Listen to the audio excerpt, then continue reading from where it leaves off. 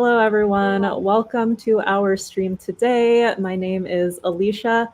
I'm here to welcome you guys to the last session of GMAT Club's MBA application walkthroughs. In these walkthroughs, we've been featuring admissions experts and admissions team, pretty much going step by step through every aspect of the online application. Make sure that if you guys are interested in this sort of content, just subscribe to our channel to stay updated and support us in organizing more events. If you like to see this type of very detailed guide video, leave a like on this video so that we can, see what you guys like. Again, I'm the host for today. We are covering Tepper School of Business, Carnegie Mellon University. With me here is an expert, Jen. She is the CEO of Aringo. She's helped hundreds of people with their MBA application. She's done several of these walkthrough sessions, and every single one has been really insightful so far. So welcome, Jen. It's great to have you and excited to get your take on the Tepper application.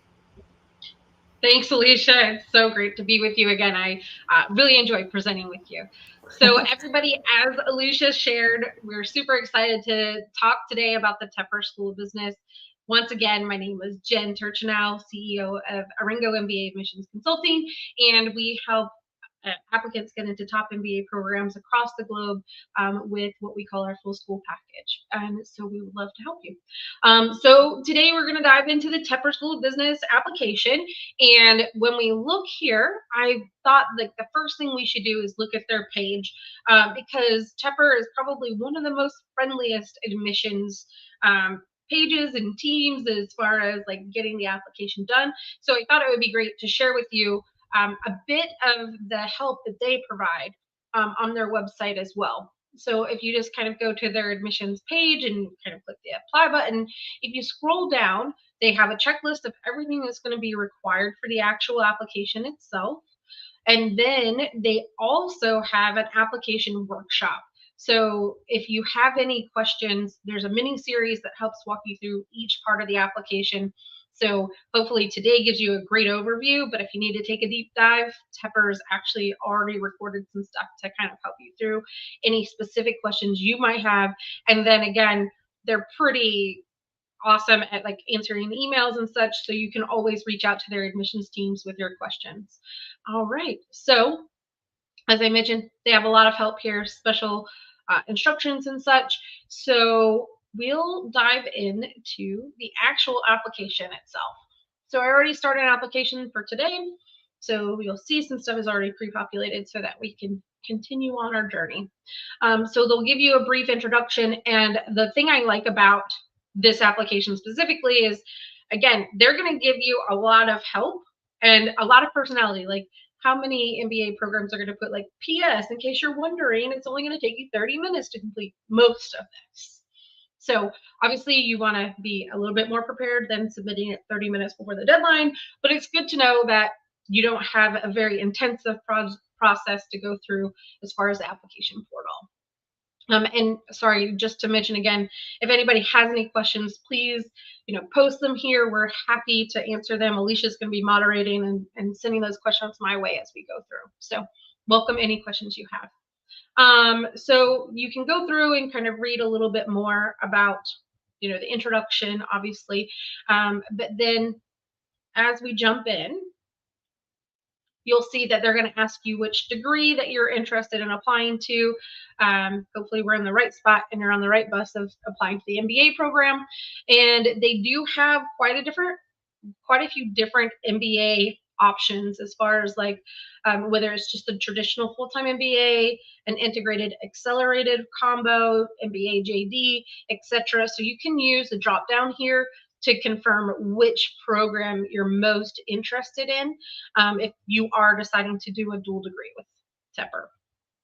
And then we'll click on that you're going to do fall 24. Interesting story is that right now only round one shows up on this toggle. I'm imagining that this changes per round and that once the round one deadline disappears, it'll go into round two. But we'll see how that kind of all changes. But I would say, obviously, like if you're applying after the round one deadline, that go ahead and come back and change that toggle. If you're not applying during round one, change it to round two. And then if you are a reapplicant and click that radio button, it will ask you some additional questions that are going to pop up throughout the entire application. So I'm going to make sure I try to click on everything.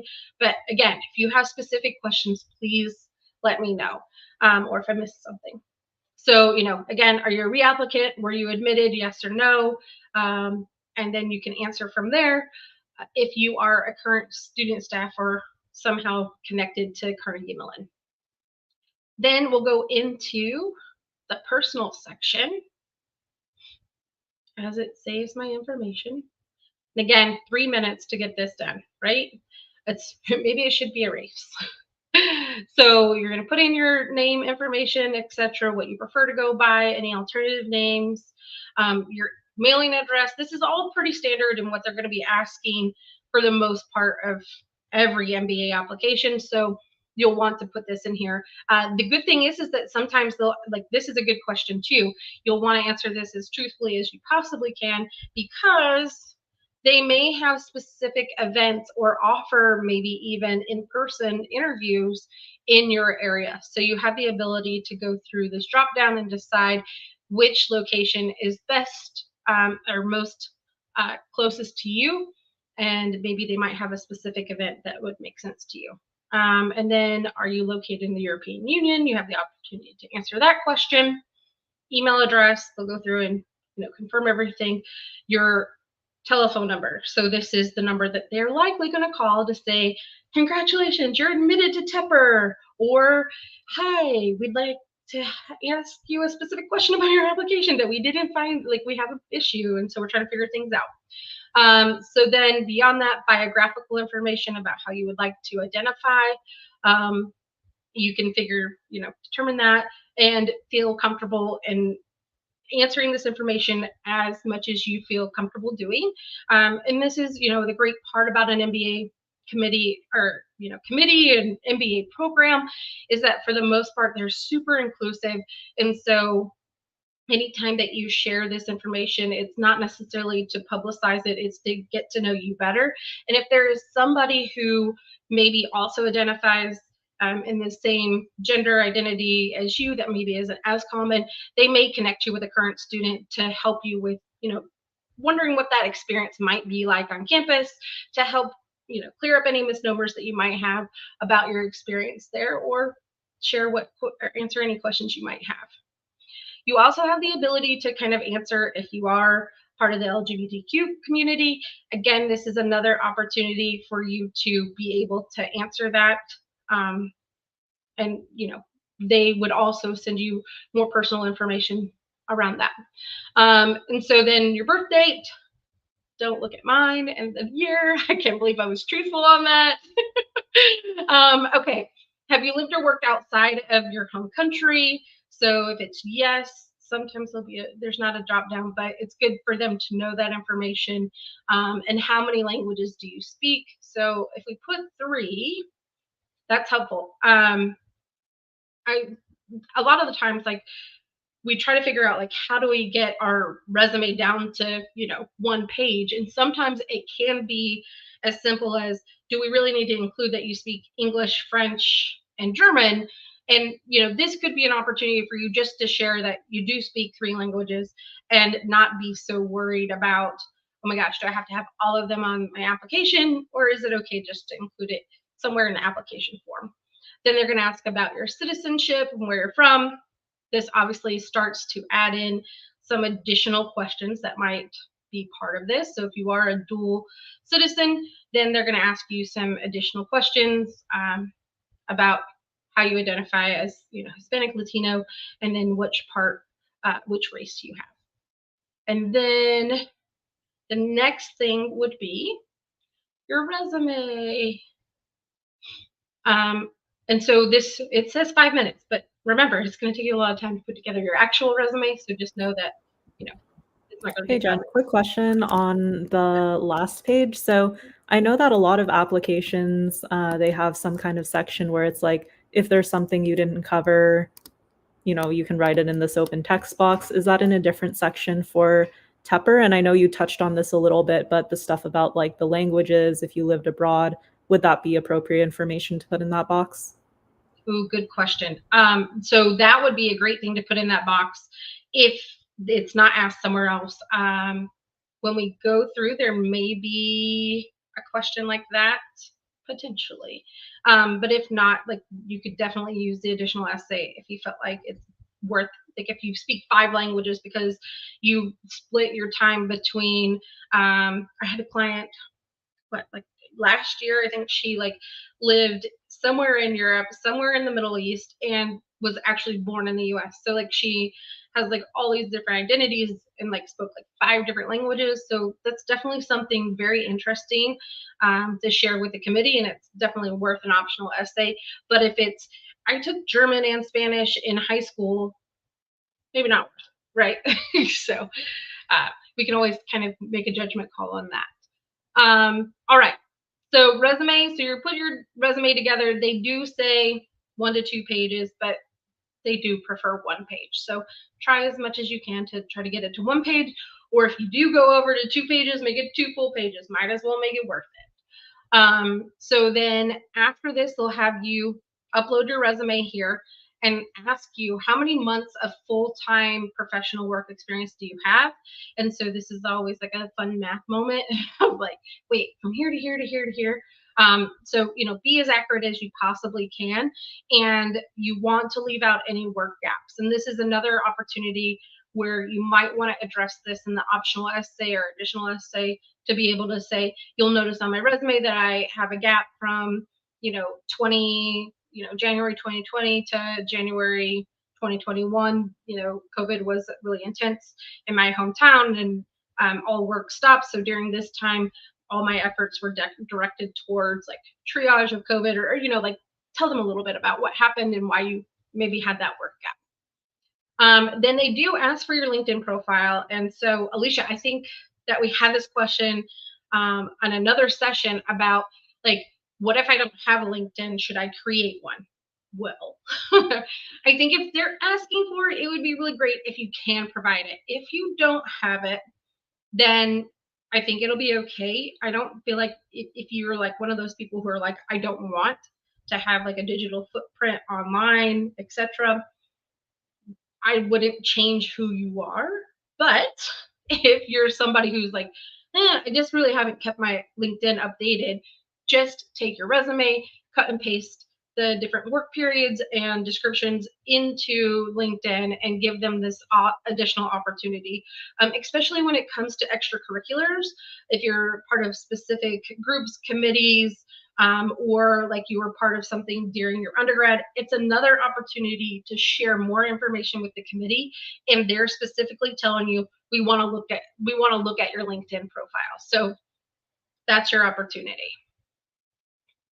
All right, so moving on, current employer. So I know that it's a very exciting moment for Tepper to put this here, but are you currently employed full-time? Yes or no? So they'll ask you, who your current employer is, and if you change it to no, they want to know your most recent. So if you're self-employed, which is a cool, like not all schools actually like want to know this, so it's really neat that they have it on here. They do ask that question so you can add that to that profile specifically to your resume, and know that it'll be flagged as an entrepreneur or self-employed as a consultant or etc. So this is your opportunity to include that. So again, they're going to want to know about your employer, your title, most recent position. So they have a drop down of like, is it full-time, part-time, internship, or volunteer? If you have to add in multiple roles, this is, an opportunity to use that there. And then, the start date of when you started working there, and then when you left, and then the salary, right? So they want to know how much you made when you started, when you ended, any bonuses that you might have had.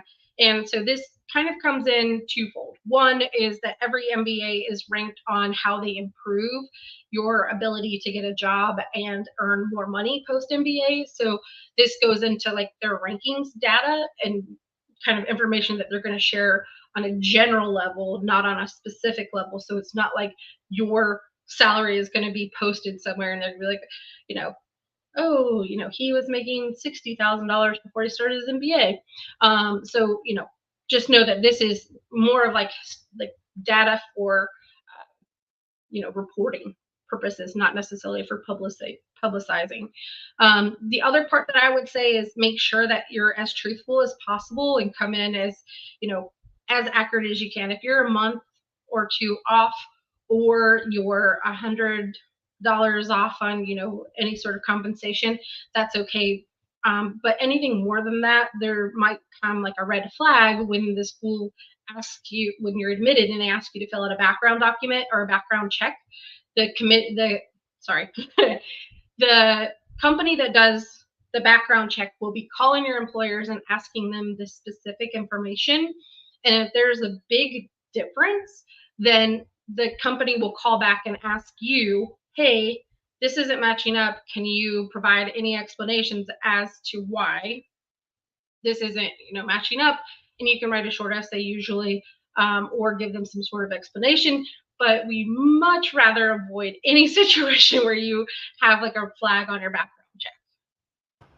Quick question. I see that this is just the fields for the most recent employer. I noticed that on a lot of the other applications, they have you fill this for like your most recent 3 roles. Could you give some, I don't know, thoughts about why Tepper is only asking for 1?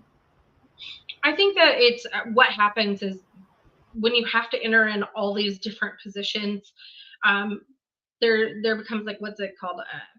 Application fatigue, right? Like you're like, why do I have to write all this information?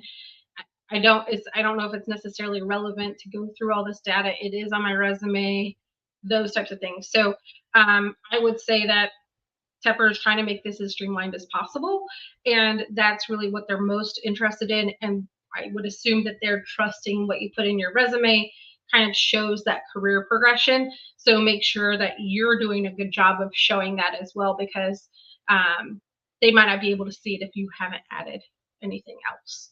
And we can also, let's toggle this right now. So if it says your current employer, so if we go through this and fill out the rest of it. So the other thing they're going to ask is, what industry you're in, and there's a drop down, so you can choose like consulting, consumer goods, entertainment, finance, government, healthcare, etc. So there's a lot of different options that you can choose here, and then also kind of what kind of position function you are in. So this is, getting a little bit more specific about, I was in management consulting, corporate social responsibility, etc. There's a lot of different options for you to be able to give them some more context to your employment, and then the phone number for the human resources person. So that's also very interesting that they ask for that there. But so make sure you put it in. Not all schools ask for that at this point. They'll ask for it in a background check. Awesome. I see Mahima has asked a question, where can we include our internships as well? So I think probably on your resume, and I know in one of the drop downs, instead of full-time, you would select internship. Would there be any other differences? So from this, it's only asking about your current employment. So if there was a relevant internship that you felt like the committee should know about, then, hopefully it fits on your resume. If it didn't fit in your resume, make sure it's included in your LinkedIn. And then if not, you can always include it in the optional essay or reference it in your essays themselves if there was something significant that happened in that internship itself. Like a lot of people, like if you go into consulting, sometimes you worked for the firm, as an internship, and you can show that career progression on your resume. Like the way I prefer to do it is to like list the employer and then a couple of different positions that you've been in, and then the date to the side, and then bullet points for your current role or accomplishments. If you don't have a lot of space, but I think you can always include it on your resume if it's career progression within a company that you're including on your resume. Perfect. Okay, so we've gone through your current employer or your past employer, one past employer. So then it'll ask you about sponsorship for your employer, and then what kind of sponsorship, or like, are they, asking you to return or not? Typically that's going to be yes. And beyond that, like, are you sponsored by another organization? And then they want you to answer who the organization is and what kind of scholarship they're going to be providing you. So if you're part of the military or you previously served, they're going to ask you about your military service and if you're going to be using any sort of post 9/11 GI Bill or any sort of benefits to cover the cost of tuition. So again, this becomes like a little bit of twofold. Is one, it's great to share your military experience, especially if you run out of room on your resume. But then also, they will, if you check this box, then they're going to also connect you with the veterans office on campus. And this is, kind of somewhat generic across all MBA programs, is that, if they do ask about your military service, they're usually going to connect you with the veterans office on campus and give you yet another resource for getting to know not only Tepper, but also Carnegie Mellon. All right. So now moving on to organizations. So there are specific kind of, I want to, like AmeriCorps, Peace Corps, like those types of nonprofit work are also kind of considered special organizations. I don't think anything will specifically happen if you check them, but sometimes that also will lead to application fee waivers. So usually this is, if you check it here, then they may offer it at the very end when you go to submit your application and the fee. And then if you are part of any of these specific organizations, this is something you definitely want to include in this application, because it will also help earmark your application as coming from one of these. So Access MBA is like an organization that sometimes does offer some sort of scholarship or pre-MBA career process. Forte is focused around women in business and allies. Management Leadership for Tomorrow and the consortium both work for minorities that are part of applying to MBA programs, military, and then military vets. So if you're affiliated with this gives the committee yet another opportunity to see something that's unique about your profile. And then from there, if you're in any specific organization, again, this is another opportunity specifically with Tepper to save room on your resume if you don't want to list all the organizations that you've been a part of, especially if they're generic memberships versus like having a leadership role or a board role.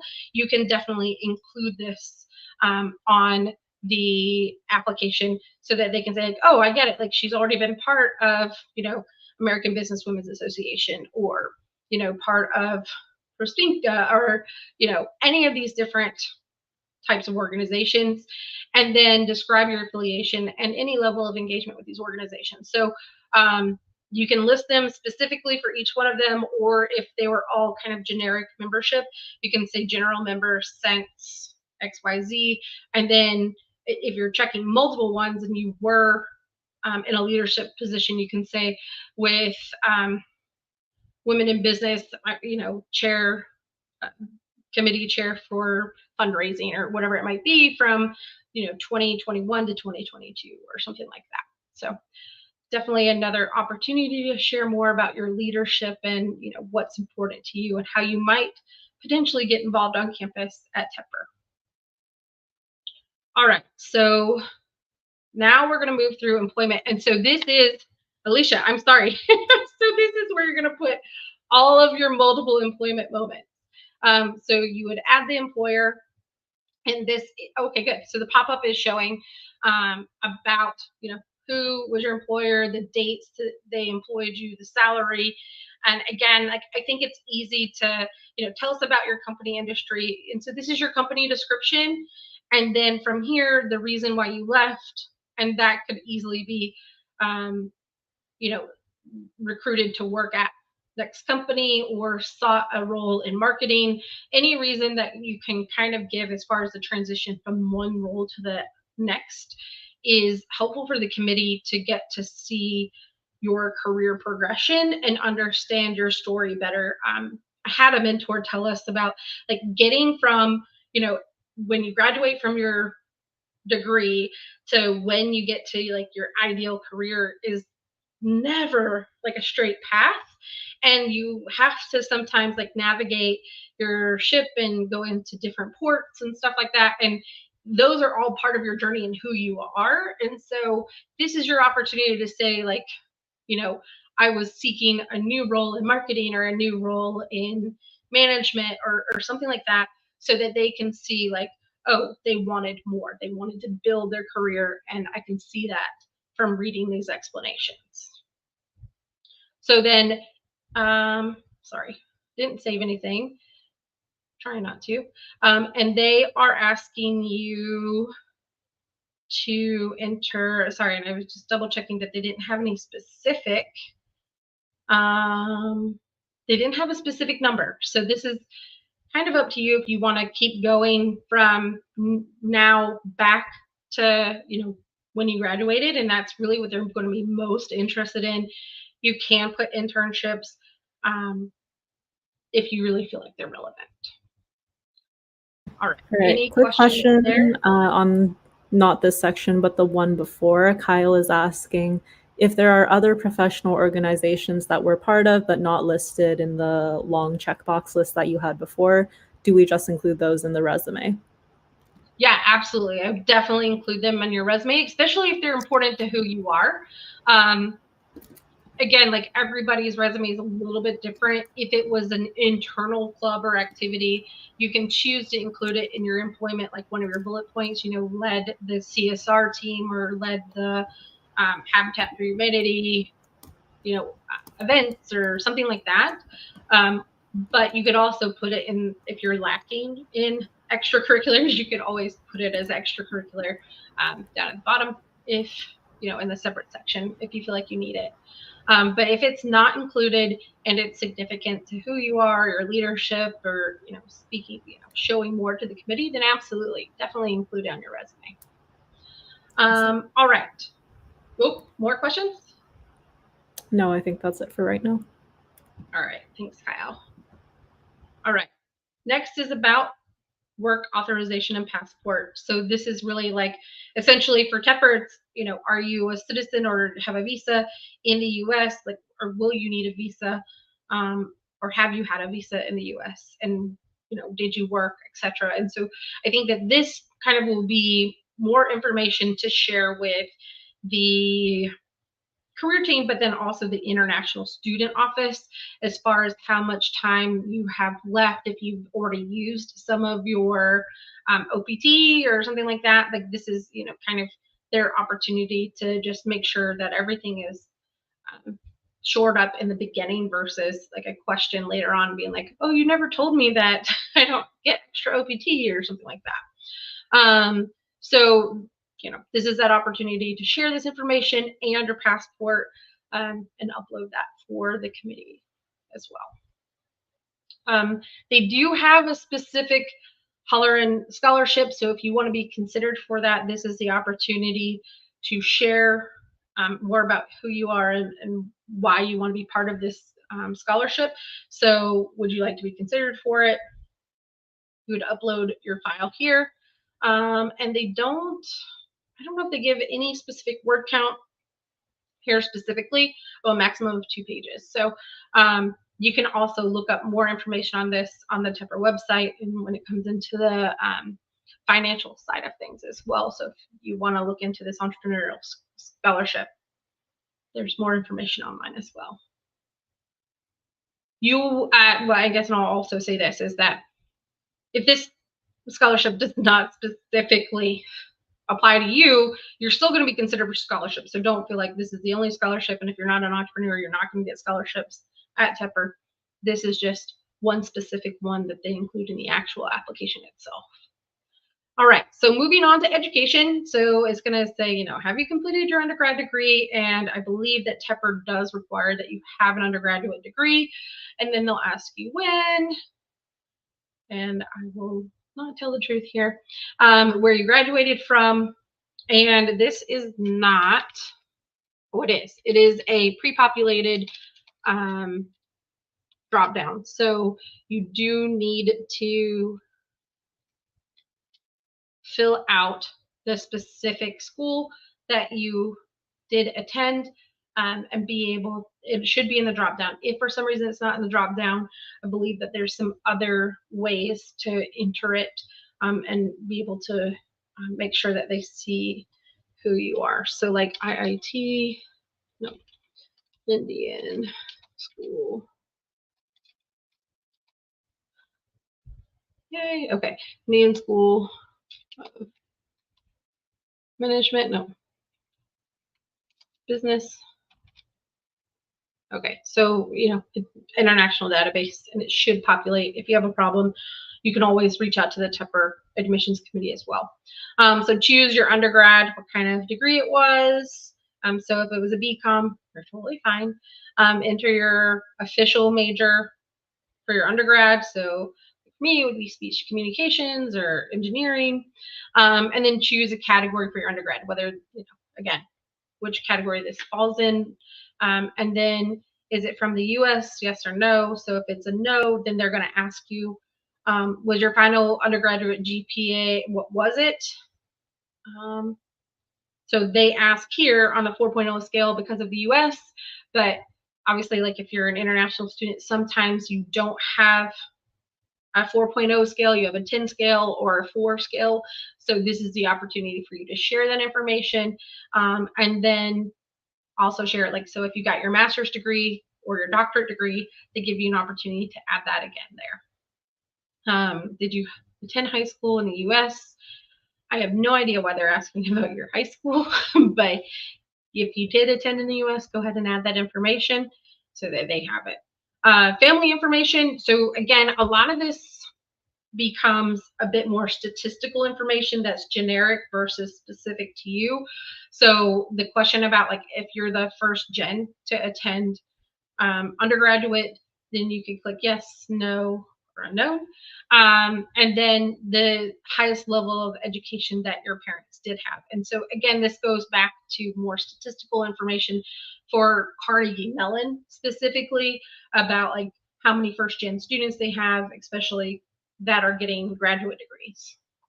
And then have you taken a college level calculus course? So I specifically had checked this no box so that we can kind of address this, that, Tepper has been pretty upfront about like, they do want you to have calculus, but if you haven't had it, it wasn't part of your curriculum, it's okay. They have like a fundamentals course that you will need to attend prior to the program actually starting. I assume it's a tacked on a day or two before orientation begins to help make sure that you are ready for the level of math that is required in the MBA program. So I don't want you to feel scared of like, oh gosh, like I don't have it and I can't apply to Tepper. You can. Just checking the box helps them become like a little bit more aware. And I don't think that this is going to impact you in your their decision of to admit you or not. It just gives them a little bit more idea of, do we need to provide some additional education if they attend the program. So it's more of like they'll pull a report and say, all right, we have 15 people who said that they don't have a calculus course, that we need to have them jump in and be part of this, part of orientation or whatever. So, all right. So student conduct, this is, kind of interesting that they ask, about your academic discipline, if you've been dismissed from a school, whether that's academic probation or actions or behavior. And then have you been convicted or pled guilty to a crime? So I have a lot of people that ask this question. So sometimes like they'll say like if it was not a felony, then you don't have to include it. If it was, you definitely need to include it. But just because you answered yes doesn't mean that you're not going to be able to attend or you're not going to be admitted. I would say to absolutely try to be as truthful as possible to your knowledge so that whenever the background check goes through, you don't have any red flags. And again, like there's plenty of students who have maybe had like something happen as far as like and I hate to like act like it's popular, but I have had a few students that have had like a DUI, and that's not something that's going to bar you from getting your MBA admission, like your admission to an MBA program. Maybe continuous ones or something like that might be a little bit different, but some of those infractions aren't as big of a deal for an actual MBA program, but they do want to know about them. How are you doing, Alicia? Any questions so far? No, I think it's clear. Okay, awesome. So next is your transcripts. They have a lot of information for you here, but essentially you're going to put in the institution, the date of attendance, the state that you were in, if it was in the US or if it was another country, you'll select the region, etc., and then upload it. And so as of right now, like when you're submitting the application for review, it can be a copy, right? It doesn't have to be official. Once you get admitted, you do need to have official sent to the school.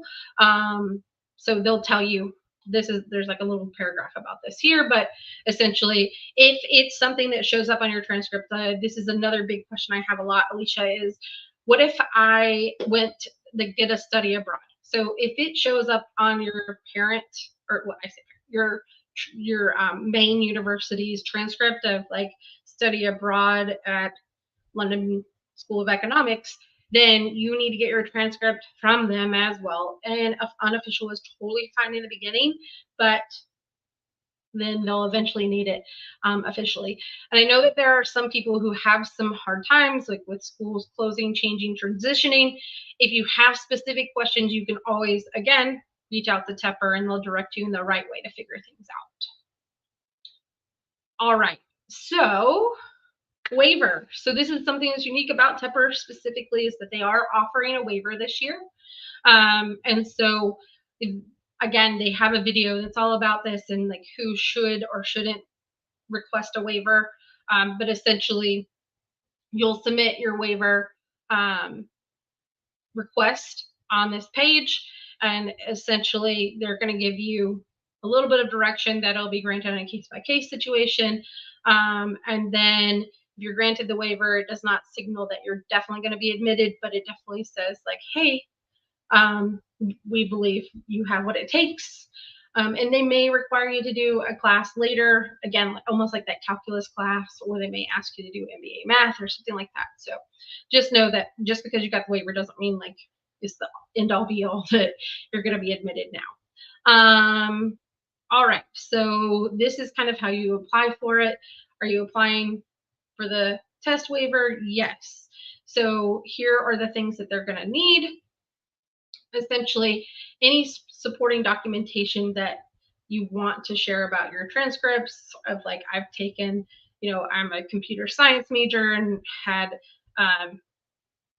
major STEM background courses, plus on a daily basis, I'm using this math background, plus I'm making analytical decisions and making presentations on a daily basis or something like that, like so that they can see, what it is that you have, what you have to contribute and how you meet any sort of needs of what a GMAT or GRE score would be helping them see as far as your academic readiness for the program. So I would say that you could also include, if you decided to do like MBA math or something like that, that's another opportunity to share that here. I would say if you decided to do MBA math, that might be a moment for them to say, ooh, I wonder if they did well on the GMAT or GRE or didn't. So, that's something else to kind of consider what you do or don't want to include. So that's your opportunity to share for the waiver. Quick question about the waiver is, does that happen on a different timeline as the application itself? So I believe it happens at the same time. There are a couple of schools that essentially will say like, you're going to get your answer for the waiver within 10 business days. You have to submit it ahead of time, etc. But I didn't see anything from Tepper specifically about the waiver. So I think what you have to do is submit the entire application, and then they'll consider you for the waiver along with your admissions. And they may waitlist you and say, we need a GMAT or GRE score from you, or they may admit you, or they may deny you based on the entire application.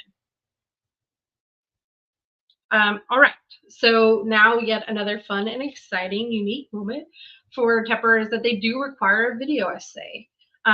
So they give you 2 minutes to respond to what your the question is essentially is like what's your post MBA career goal, and they want it to be a conversation. They don't want it to be rote and rehearsed and very very structured and not who you are.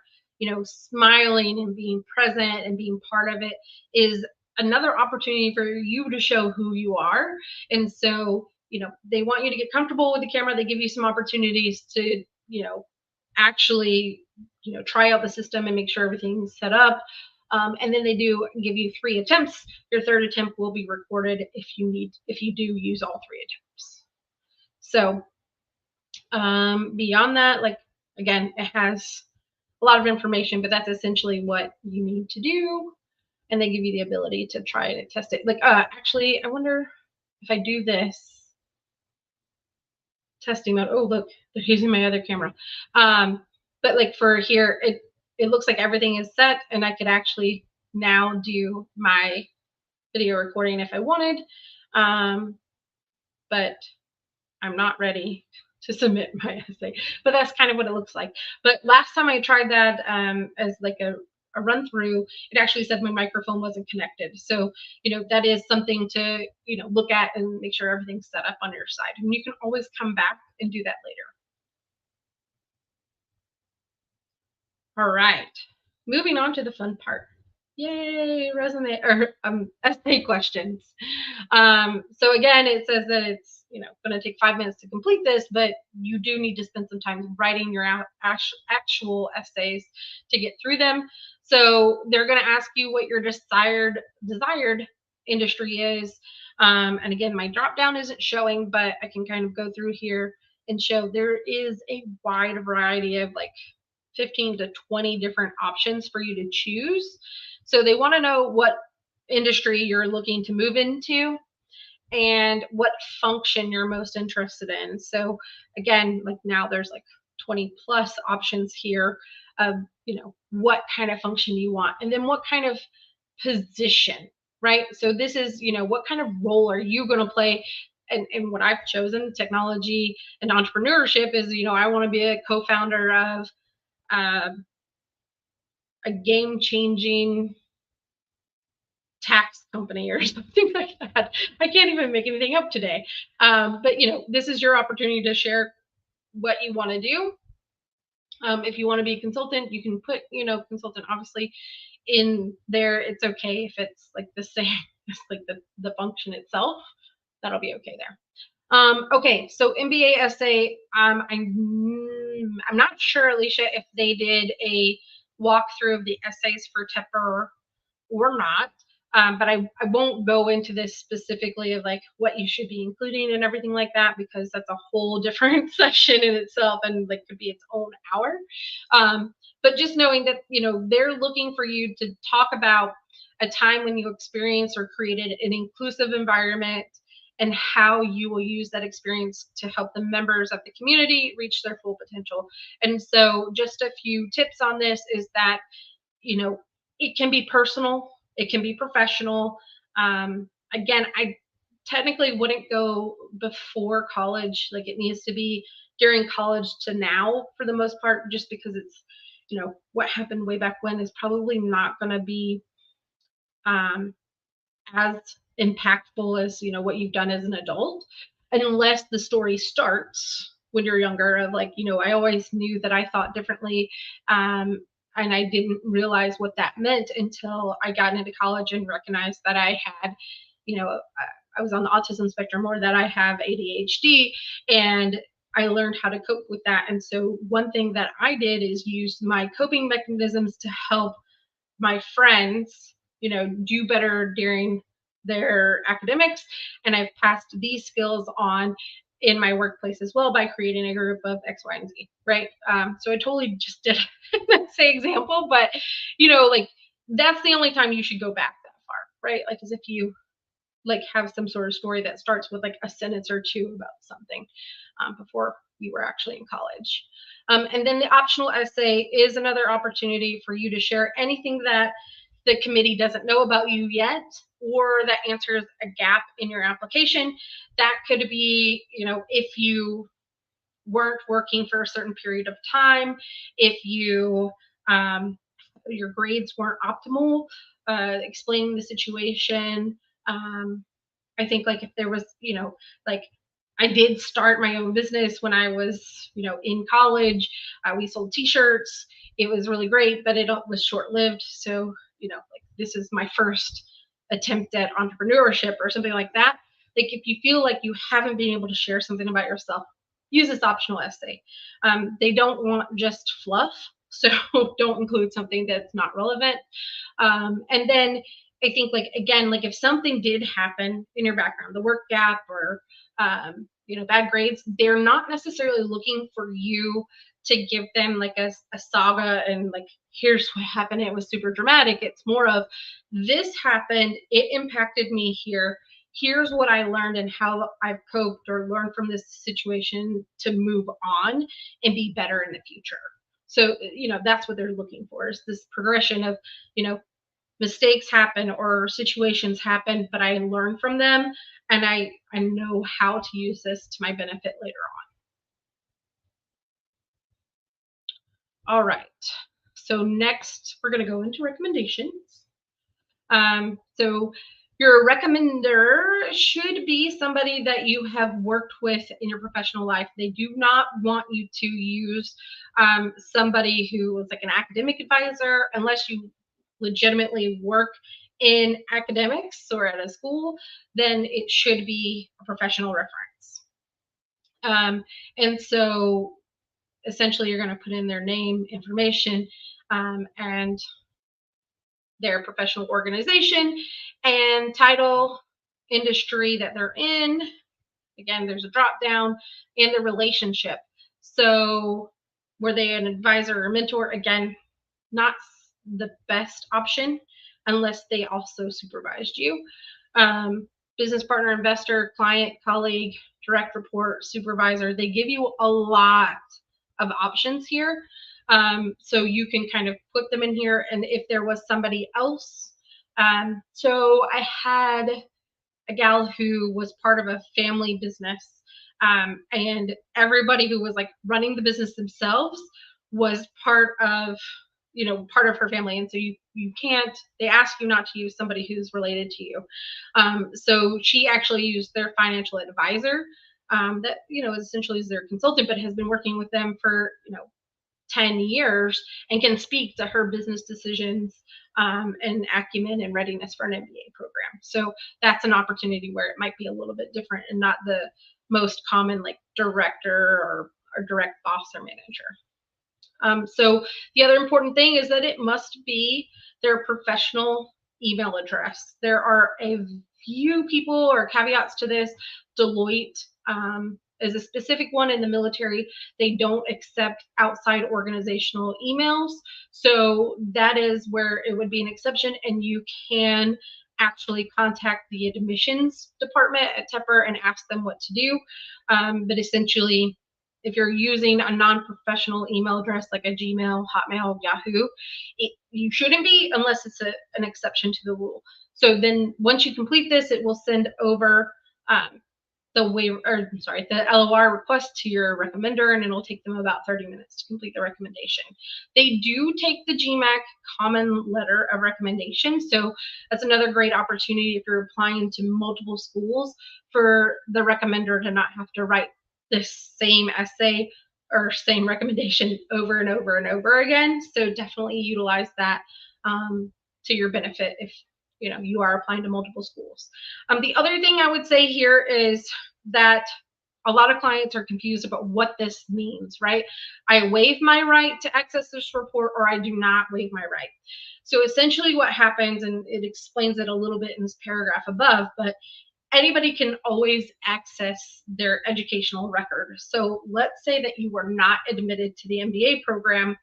Technically, if you did not waive your right to see this report, then you could go back and see your letter of recommendation, which he's the writer that you are like, you feel like your decision for admission hinges on what they write, or that you may retaliate. Like I just, it feels like so silly to kind of say this because hopefully it doesn't happen, but I know people who really felt like they were the most amazing applicant for an MBA program and they didn't get in, and they kind of pinpoint it specifically to this letter of recommendation. I really hope that nobody's in that situation, because hopefully you're choosing a recommender who's going to be supporting you. And the way that you do this is you first ask the recommender, hey, I'm going to be applying to MBA programs and I'd really like to use you as a recommender. Can I take you out to coffee and talk about my career progression, and why I want to be in an MBA program and that kind of stuff. So approaching them appropriately and not just having the email sent to them and say, so and so is looking for a letter of recommendation, when maybe your boss is not super open to you doing that.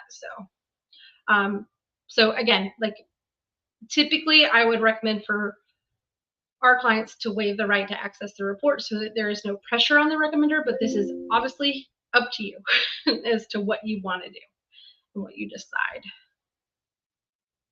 All right, so now the next thing about the Tepper program is that they're going to ask you about common interests and what kind of student communities do you want to be a part of. And so by clicking these boxes, you're definitely going to show them like a different part of who you are, and then they will send you targeted emails specifically to that audience. And this is one thing that I try to do is encourage people to start their applications ahead of time, because when you start checking these boxes, it helps the committee start to send you these targeted emails that are going to give you somebody from these specific communities to talk to you. Like, and it doesn't just have to deal with like race or nationality or sexual preference. It can also deal with like entrepreneurship, finance, accounting. Those types of things also get factored in. So this is where they start asking, like, which professional clubs are you most interested in? So like if I'm excited about healthcare, they might have somebody from the healthcare committee or group contact me to share like what hospitals in the area that they have relationships with, or something like that. So they also want to look at other clubs and opportunities. So sometimes in other applications, we'll have candidates kind of fold this information into their essays, but because Tepper really only has like a video essay and one essay, like written essay, this is their opportunity for you to express this desire to be part of these different clubs here. And then you can also include any other clubs that you're excited about. And then next is like, do you want to be opting in for emails and text messages? Obviously, if Tepper is one of your top choices, you would want to opt in because you want all of the communication that you can. And then beyond that, they're doing, again, like what we call market research and trying to figure out, what other schools are you applying to? And this helps them with deciding, am I like, who are their peer schools? Who are we competing with? So like typically if you're applying to Tepper, most of the time you're also applying to Cornell. Like these two are like kind of like neck and neck between rankings and like people deciding between the two schools. Another one that typically is kind of grouped in here is like Macombs. So this kind of helps them decide, like figure out like who else are we competing with. But if you're choosing somebody else, it's totally fine to include it. Like another one would be UCLA could be a really great other option if you're interested in tech and being part of that community. I don't know why I'm not finding it. Oh yeah, there we go, UCLA. So it's okay to share this information. It's just their research. It's not necessarily something that they're gonna like hold against you and like, oh my gosh, you're also applying to this school, I can't believe it. And then lastly, they just want to know something fun and exciting about you so that they could share with your Tepper classmates. So I assume that sometimes this will get used during orientation, or even as part of like your a lot of MBA teams also host like what's called countdown, like before you actually come on campus or before you start the program, they might invite you to campus. So they might use that as part of like an icebreaker or something. So next, they're going to ask you to sign and verify that everything that is part of this application is true as to your ability and your knowledge, and that you completed this application on your own. So you'll sign that, and then it is the end. Yay! And you can see everything that you've done from here on out, and you'll have this ability to save and come back later if you have any things that you're like, I'm not ready to do my video yet. I'm going to come back. Woo! All right, we're done with the application. What kind of questions do we have? Yeah, on this page, what's this tartan code from the Office of Admissions? Oh, yeah, tartan code. I believe that this is the opportunity to get a waiver. So where did it go? The tartan code. Was it on this page or the last page? Oh, I don't see it now. Am I crazy? So when you go to submit the application, oh, it's because I don't have it on there. But the tartan code, I believe, is actually where you're going to get your, if you do qualify for a waiver, which I was telling Alicia earlier that if you they have on their website themselves. Hold on, I'm going to switch pages real quick. If you complete their, they have like a 7 steps to admissions. Sorry, now I need to find it. Somewhere on here, there is a, like, maybe it's on this page. ACE series. So sorry. They do have somewhere on one of these pages, like 7 steps to admissions. And if you, okay, nope, that's not it. So they do have somewhere on their website. Sorry, I will not make you dizzy or make you go through this again, but You'll there find it are places on somewhere. their website. Yeah, they have like 7 steps to submitting your application, and if you complete that, there is a waiver attached to it. So if you are looking to get a waiver, super easy with Tepper. All you have to do is participate and be an active, like go through this process. Oh, I bet you this is where it is right here. How to apply, and now I'm still not going to find it. But anyways, so yeah, so Tepper allows you to have a waiver. Awesome. Do you have other advice about, what type of person is recommended to do this waiver? Like if you have X, Y, Z things in your background or situation? Yeah, so anybody can do the application fee waiver. When it comes to the GMAT GRE waiver, I would say somebody that has a strong STEM background, you completed, like you have a GPA, that's at or above the average for the class. And then you have like classes that coordinate and grades that coordinate with, being proficient and academically ready for the quant and verbal side of it. The MBA program, but then also if you have completed like the CFA, CPA, like any of those certifications, those definitely will help.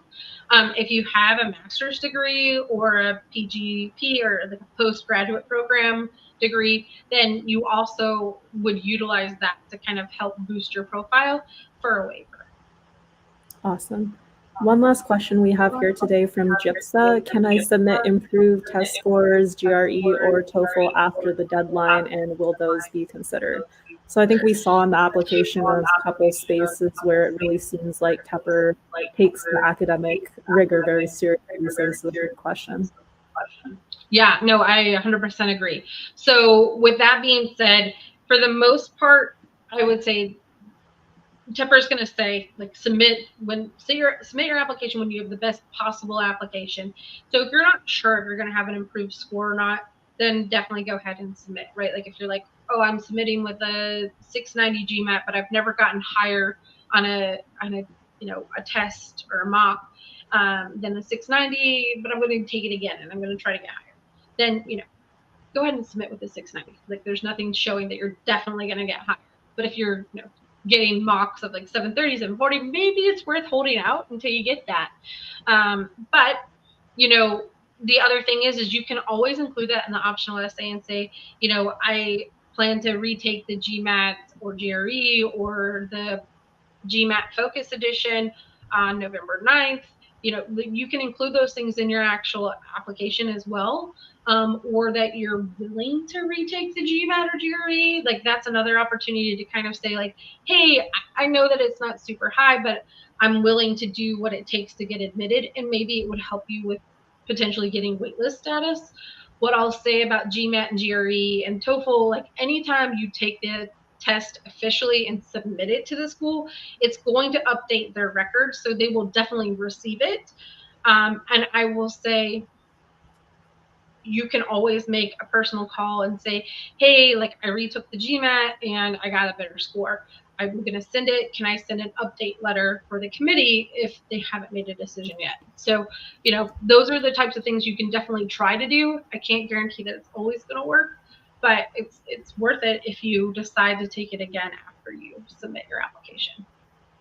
Okay, awesome. All right, I think we're unfortunately out of time, but thank you so much, Jen, for coming and answering all of our questions and walking us through the Tepper application. Make sure everyone to leave a like on the video. Check out Aringo if you want to hear more from Jen. Anything else you want to say? No, thank you so much. If you have specific questions, I'm always happy to answer them. You can email me at jenniferc@aringo, or we can always, you can register on our website and I can get to you that way as well. Thank you so much, Alicia. I loved it. It was fun to hang out with you again. All right. Thank you, everyone, for coming. See you guys next time. Bye. Bye.